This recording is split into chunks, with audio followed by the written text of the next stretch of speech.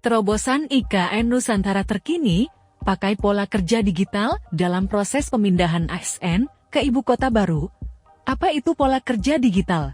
Diketahui sistem itu diterapkan Kementerian Pendayagunaan Aparatur Negara dan Reformasi Birokrasi Kemenpandep pada fase pertama pemindahan ASN ke IKN Nusantara. Pemindahan ASN ke IKN Nusantara ini, menurut Menpandep, Abdullah Azwar Anas, akan dibagi dalam 5 fase. 5 fase pemindahan ASN ke IKN Nusantara ini sesuai dengan WIKN. Simak selengkapnya penjelasan MENP-ANRB Abdullah Azwar Anas di artikel ini. Pemindahan ASN ke IKN Nusantara pada fase pertama tahun 2020 sampai tahun 2024 adalah pembangunan miniatur penyelenggara pemerintahan. Pada tahap ini, efektivitas penyelenggaraan pemerintahan di IKN melalui pola kerja digital. Fokus kebijakan pemindahan IKN saat ini ialah pada masa jangka pendek short term. Di fase pertama, akan fokus terhadap perpindahan kelembagaan dan ASN, serta efektivitas penyelenggaraan pemerintahan di IKN melalui pola kerja digital, kata Anas dalam keterangannya. Kamis 26 Januari 2024, fase kedua tahun 2025 sampai tahun 2029 adalah pengembangan syarat office di IKN, yaitu mewujudkan smart government serta penerapan syarat office. Kemudian fase ketiga tahun 2030 sampai tahun 2039 adalah pengembangan agile government, yaitu kota cerdas dan pusat digital untuk berbagai sektor pemerintahan digital government. Selanjutnya fase keempat tahun 2035 sampai tahun 2039 pembangunan kota cerdas industri 4.0, adanya penambahan amenitas digital dan perkotaan untuk penerapan digital government dengan memanfaatkan kecerdasan artifisial industri 4.0.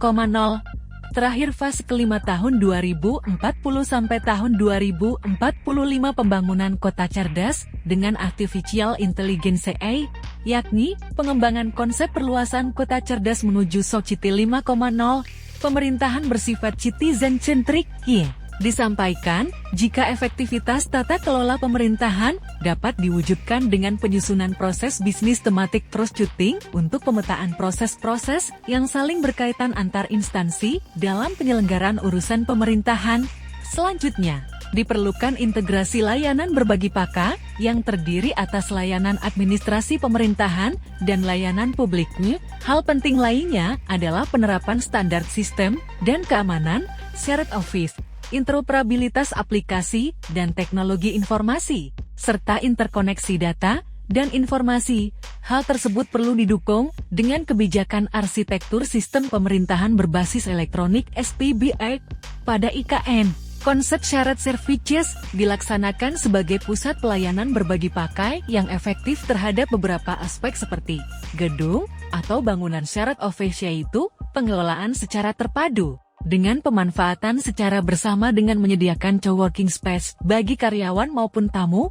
Adapun penyediaan syarat services untuk gedung bangunan dilaksanakan oleh lembaga otorita IKNT. Kemudian juga platform digital, yaitu integrasi proses yang bersifat interkoneksi dan interoperabilitas dalam basis SPBA. Penyediaan platform ini dilaksanakan oleh tim koordinasi SPBA.